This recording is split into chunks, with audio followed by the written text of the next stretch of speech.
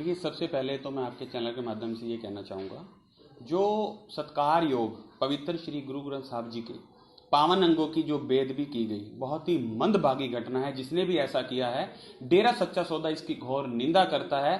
और पंजाब सरकार से हमारा ये रिक्वेस्ट भी है हमारी कि जो भी इसमें असल दोषी हैं, इसकी निष्पक्ष जांच करके असल दोषियों को सामने लाया जाना चाहिए। किसी साजिशवश किसी निर्दोष को इसमें नहीं फंसाया जाना चाहिए, क्योंकि पूज्य गुरु संत गुरमीत राम रहीम सिंह जी इंसा जी द्वारा हमेशा से ही सभी धर्मों का आदर सत्कार किया गया है और ऐसा करने की प्रेरणा दी गई है। तो बेअदबी करना तो बहुत दूर की बात है, ऐसा ख्याल भी उनके मन में नहीं आ सकता। और बेअदबी करवाने में डेरा सच्चा सौदा के किसी भी श्रद्धालु का या पूज्य गुरु संत गुरमीत राम रहीम सिंह जी इंसान जी का किसी प्रकार का कोई भी हाथ नहीं है। और आपको मैं बताऊं कि जब सन 2015 में यह मंदभागी घटना हुई और एसआईटी स्टेट ऑफ पंजाब की एसआईटी द्वारा इसमें जांच स्टार्ट की गई, उसके कुछ समय बाद ही स्टेट ऑफ पंजाब ने ही खुद से एक नोटिफिकेशन जारी किया और उसमें यह कहा कि इस केस की जांच किसी इंडिपेंडेंट एजेंसी द्वारा, सीबीआई द्वारा ये जांच की जानी चाहिए। तो उसके बाद ये सीबीआई ने अपने हैंडओवर ली जांच, और सीबीआई ने इस केस की पूरी साइंटिफिक तरीके से जांच की, साइंटिफिक तरीके से, जिसमें कि लाइट डिटेक्शन टेस्ट हुए। और जो पोस्टरों की बात हो रही है कि उस पर हैंडराइटिंग थी, लिखा गया था, उस हैंडराइटिंग की भी हैंडराइटिंग एक्सपर्ट से सीबीआई ने जांच करवाई। इस तरह की बहुत सी साइंटिफिक जांच सीबीआई द्वारा की गई। जब ये जांच सामने आई तो सीबीआई ने इस जांच में ये पाया कि बेअदबी करवाने में डेरा सच्चा सौदा का या पूज्य गुरु जी का या डेरा सच्चा सौदा के किसी भी सदस्य का, किसी भी श्रद्धालु का कोई भी हाथ नहीं है। उसके बाद ही सीबीआई ने एक closure report CBI court Mohali में दायर कर दी और उसमें यह स्पष्ट किया कि बेअदबी करवाने में डेरा सच्चा सौदा या इसके किसी भी सदस्य का कोई भी हाथ नहीं है। जैसे ही स्टेट ऑफ पंजाब को यह पता लगा कि सीबीआई ने इसकी सत्यता पर जांच, साइंटिफिक इन्वेस्टिगेशन करके और सच्चाई सामने ले आई है, तो स्टेट ऑफ पंजाब ने दोबारा से एक नोटिफिकेशन जारी किया और एक झूठ का पुलिंदा तैयार करने के लिए उस केस को वापस अपने पास ले लिया, जो कि नहीं लिया जा सकता था। उसके बाद पूज्य गुरु जी द्वारा माननीय हाई कोर्ट में एक याचिका दायर की गई और हाई कोर्ट के समक्ष सभी तथ्यों को रखा गया। सारे तथ्यों को सुनने के पश्चात माननीय हाई कोर्ट ने इसमें नीचे जो ट्रायल में केस चल रहे थे उस पर पूर्णतः रोक लगा दी थी और इसी ऑर्डर को लेके स्टेट ऑफ पंजाब माननीय सुप्रीम कोर्ट पहुंची है। और यहां तक कि सुप्रीम कोर्ट के समक्ष भी याचिका में भी उन्होंने अपने तथ्यों को छुपाया है, जो और माननीय सुप्रीम कोर्ट के समक्ष एक तरफा बात को रखा है और अभी हमें सुप्रीम कोर्ट में सुना नहीं गया है।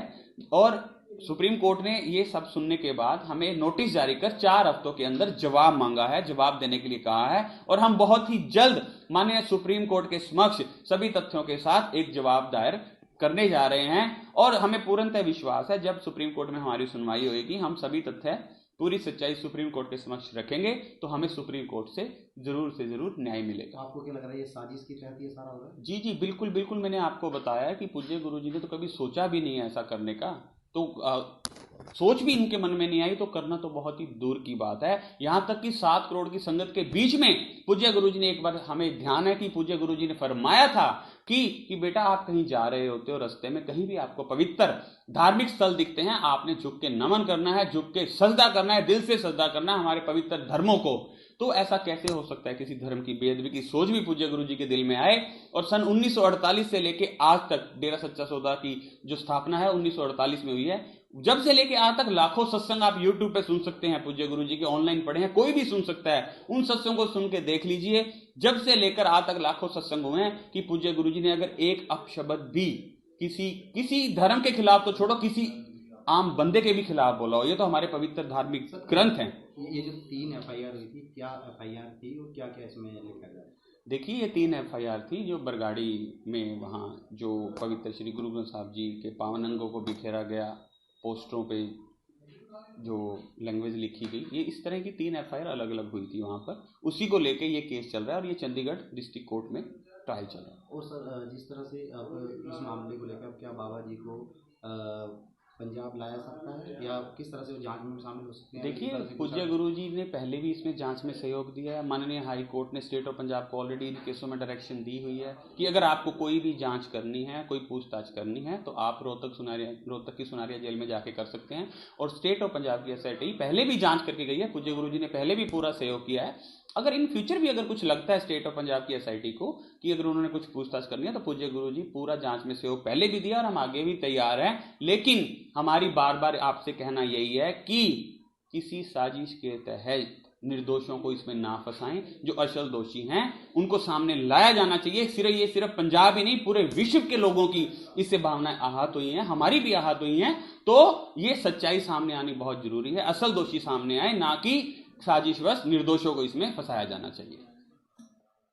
हमारे रहते आप बेरोजगार क्यों हैं? सरकारी नौकरी की सबसे अच्छी तैयारी, सबसे अच्छे अध्यापक, सबसे कम फीस, हरियाणा का नंबर 1 कोचिंग सेंटर ICS। संजीवनी अस्पताल बाल एवं शिशु रोग, general surgery, plastic surgery, neuro surgery, नेत्र रोग, फिजियोथेरेपी, स्त्री एवं प्रसूति रोग, हृदय एवं शुगर रोग, हड्डी एवं जोड़ रोग, कार्डियोलॉजी, दंत रोग, इमरजेंसी चिकित्सक सुविधाओं में एक भरोसेमंद नाम है। ICU, NICU, cath lab, hair transplant, private कमरे, urology, CT scan, laparoscopy, accident, trauma, heart attack, जले का इलाज, डायलिसिस की सुविधाएं उपलब्ध हैं। सभी मरीजों को खाना फ्री दिया जाता है। आयुष्मान भारत हरियाणा सरकार और रिटायर्ड फौजी भाइयों के इलाज, इंश्योरेंस और TPA पैनल पर सभी सुविधाएं उपलब्ध। पूछताछ मोबाइल नंबर 7027566691।